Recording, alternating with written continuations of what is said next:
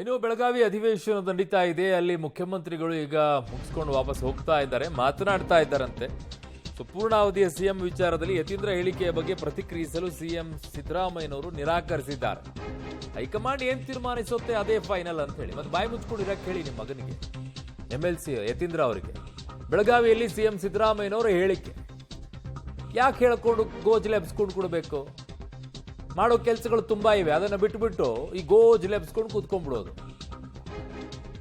ಮುಂದಿನ 5 ವರ್ಷ ತಾವೇ ಸಿಎಂ ಯತೀಂದ್ರ ಅವರು ಹೇಳಿದ್ರು. ಮುಂದಿನ 5 ವರ್ಷ ತಾವೇ ಸಿಎಂ ಆಗಿರ್ತೀರಿ ಅಂತ ಹೇಳಿ ಸರ್.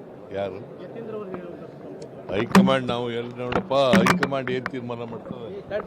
ನಾನು ಹೋಗ್ತಾ ಇದ್ದಾರೆ ಮುಂದಿನ 5 ವರ್ಷ ತಾವೇ ಸಿಎಂ ಯತೀಂದ್ರ ಅವರು ಹೇಳಿದ್ರು. ಮುಂದಿನ 5 ವರ್ಷ ತಾವೇ ಸಿಎಂ ಆಗಿರ್ತೀರಿ ಅಂತ ಹೇಳಿ ಸರ್. ಯಾರು? ಯತೀಂದ್ರ ಅವರು ಹೇಳಿದ್ರು. ಹೈಕಮಾಂಡ್ ನಾವು ಎಲ್ಲಿ ನೋಡಪ್ಪ, ಹೈಕಮಾಂಡ್ ಏನ್ ತೀರ್ಮಾನ ಮಾಡ್ತದೆ? ನಾನು ಹೋಗ್ತಾ ಇದ್ದಾರೆ ಮುಂದಿನ 5 ವರ್ಷ ತಾವೇ ಸಿಎಂ ಯತೀಂದ್ರ ಅವರು ಹೇಳಿದ್ರು. ಮುಂದಿನ 5 ವರ್ಷ ತಾವೇ ಸಿಎಂ ಆಗಿರ್ತೀರಿ ಅಂತ ಹೇಳಿ ಸರ್. ಯಾರು? ಯತೀಂದ್ರ ಅವರು ಹೇಳಿದ್ರು. ಹೈಕಮಾಂಡ್ ನಾವು ಎಲ್ಲಿ ನೋಡಪ್ಪ, ಹೈಕಮಾಂಡ್ ಹೇಳಿದ್ದು ಏನು ಹೇಳುತ್ತೋ ಅದೇ ಫೈನಲ್ ಅಂತ ಹೇಳ್ತೀರಾ. ಅಲ್ಲಿ ನೋಡಿದ್ರೆ ಯತೀಂದ್ರ ಅವರು ಹೈಕಮಾಂಡೇ ಹೇಳಿದೆ 5 ವರ್ಷ ಈಗ ಯಾವ ಬದಲಾವಣೆನೂ ಇಲ್ಲ, 5 ವರ್ಷ ಸಿದ್ದರಾಮಯ್ಯನವರೇ ಸಿಎಂ ಆಗಿರ್ತಾರೆ ಅಂತಾರೆ. ಯಾರನ್ನ ನಂಬೋದು?